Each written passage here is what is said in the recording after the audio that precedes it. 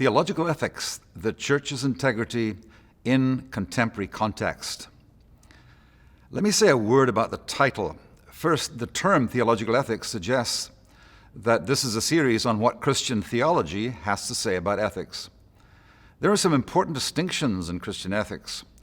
If you were doing a course in a philosophy class, for example, a course on ethics in a philosophy class, the highest category would be metaethics, which refers to how you are to think about ethics at the broadest level.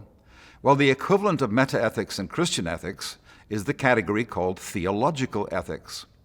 In philosophy, principles and virtues arrived at from metaethics then guide how an ethicist thinks about various branches of applied ethics, say medical ethics or business ethics, which in turn informs how the ethicist might then consider ethical decision-making at the detailed level of ethical cases.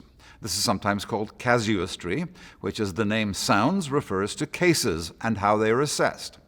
Well, although the content of theological ethics will certainly include metaphysical issues, just like philosophical metaethics, in the case of theological ethics, these are informed by Christian theological commitments derived from divine revelation of God in Jesus Christ and in the written word, the Scriptures, which are the ultimate authority in all matters of faith and practice for the Christian church.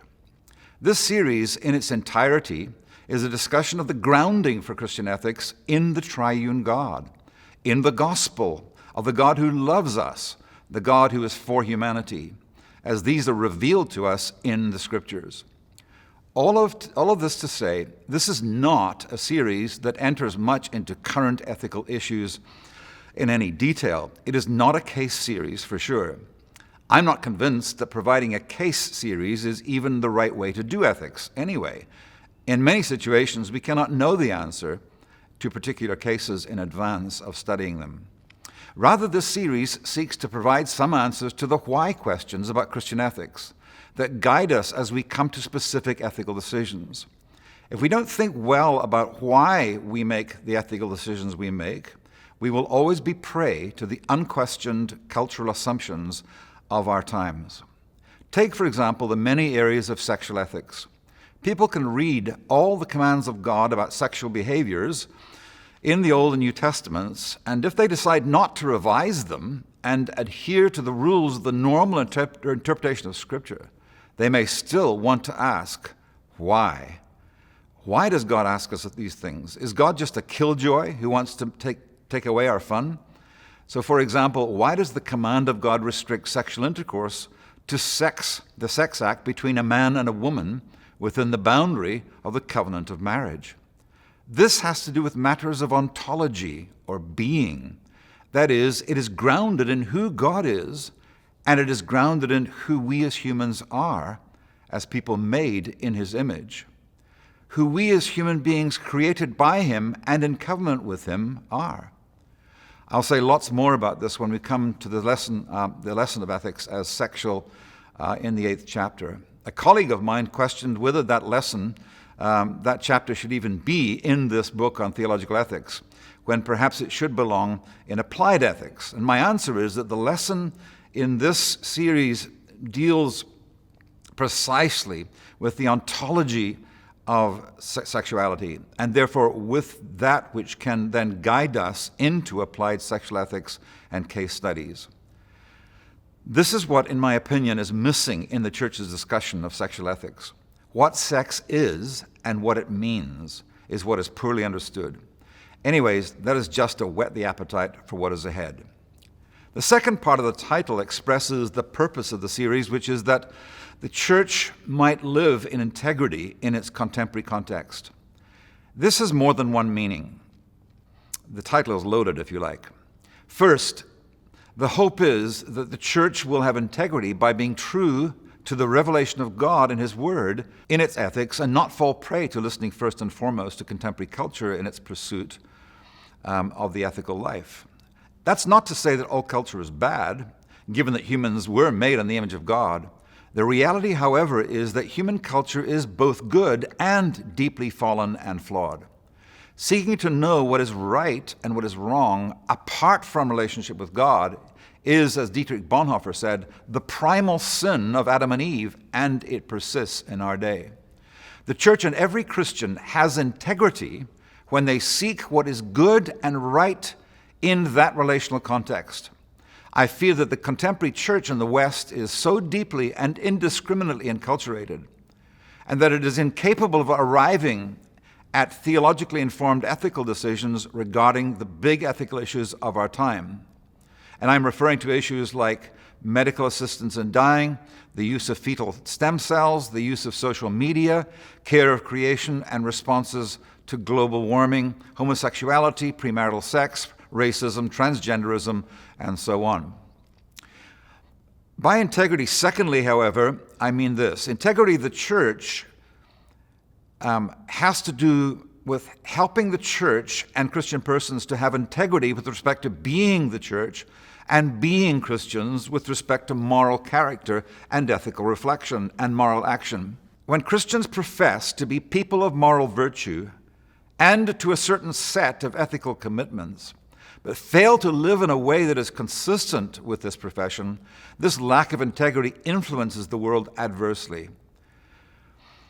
This is not to say that perfection is expected of any Christian or the church.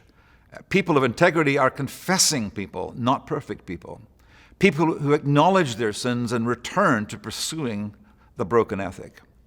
Of course, the idea that God is concerned with ethics, with the good, the true, and the beautiful, may actually be a surprise to many North American Christians who've been raised in hyper-grace renderings of the gospel that neglect the reality that people of true faith will also be people of good works and holiness.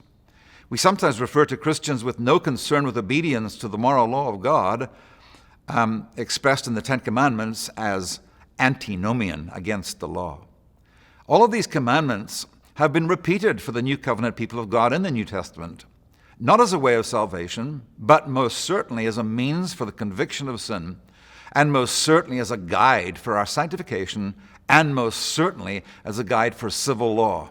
And what I've done there is simply illustrate the three uses of the law that were spoken of by the Reformers, and Melanchthon in particular. We must never forget, as John Calvin informed us, that when we entered into union with Christ by faith, twin graces came to us. Justification, by which we were pronounced righteous in Christ. A new status was conferred upon us. And sanctification, secondly, began, which is about a state of holiness which began to be formed in us. This includes our moral character and our ethical action. Being justified, pronounced righteous, a sentence pronounced over our heads in Jesus, a glorious truth.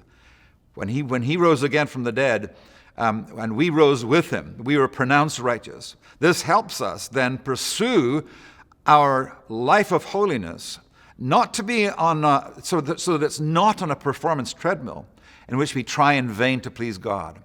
Rather, sanctification is pursued from justification, empowered by gratitude, and it is lived out precisely by living into our union with Christ. Calvin referred to this as unio Christi and the duplex gratia, the two graces that flow from our union with Christ. Union or participation with Christ in his death and resurrection through the practices of mortification and vivification is a summary of Pauline teaching on sanctification, and this includes all of what we mean by ethical living. Ethical living, in sum, is moral formation of character in Christ, and it is also wise ethical reflection and action. And to draw in an Old Testament concept that finds its fulfillment in Christ and the Christ life, it brings shalom. It brings human flourishing to humanity. The motivations for the ethical life are therefore gospel motivation, not legal ones. God is not a killjoy. His laws are good, and when we live according to them in participation with Christ, they bring shalom. Stated positively, integrity for the church, thirdly, means being the church as it was intended by God, to be the home of ethical reflection, the home of character formation, the alternative society that reflects for the world what a community of goodness and shalom looks like, and to share it hospitably with that world. The church is meant to be an image of the Trinity, an icon of the Trinity. The triune God created and has redeemed the universe out of his amazing love, not necessity. He didn't have to create, he wanted to create. His love spilled over into the act of creation and then revelation and redemption. Correspondingly, the church, which is in union with the triune God in Christ by the Spirit, is meant to spill over in love to influence society like salt and light. Evangelically, not legally. There's only one way that this can be a reality. The church and every Christian must live into their union with Christ, participating in his life and love. This is what is meant by the phrase, in Christ, in the New Testament. I think it's the most important phrase in the whole New Testament. This series will insist that only in participation with Christ can we grow in moral character or virtue, and only in active participation with Christ can we make good ethical decisions.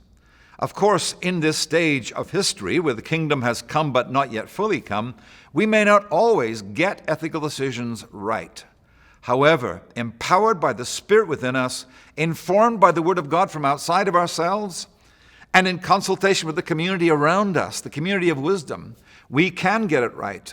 And more, we can share our insights in public spaces in gracious, evangelical, by that I mean good news, and wise ways. Not to establish a Christian country or a new Constantine, and not using raw and unbridled political power, but with humility and servanthood towards humanity. The fourth thing I want to say about this word integrity is simply this. Integrity in sum means keeping theology, or the gospel we might say, and ethics together. It's to say that ethics cannot be considered apart from theology, and theology must contain ethics, or it is not truly biblical theology as well. It goes both ways. You can easily see how this introduction to the title leads us to the various lessons in the series. Number one, theological ethics are theological. We'll consider that in just a moment in this talk. Secondly, theological ethics are Trinitarian. Theological ethics are biblical.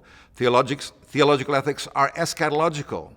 The ethics of creation, theological ethics are eschatological. Ethics of reconciliation, Lesson 6 will be on theological ethics are evangelical. Theological ethics are resurrectional. Lesson 7, theological ethics are sexual. Chapter 8, or Lesson 8, and theological ethics are public in the last chapter.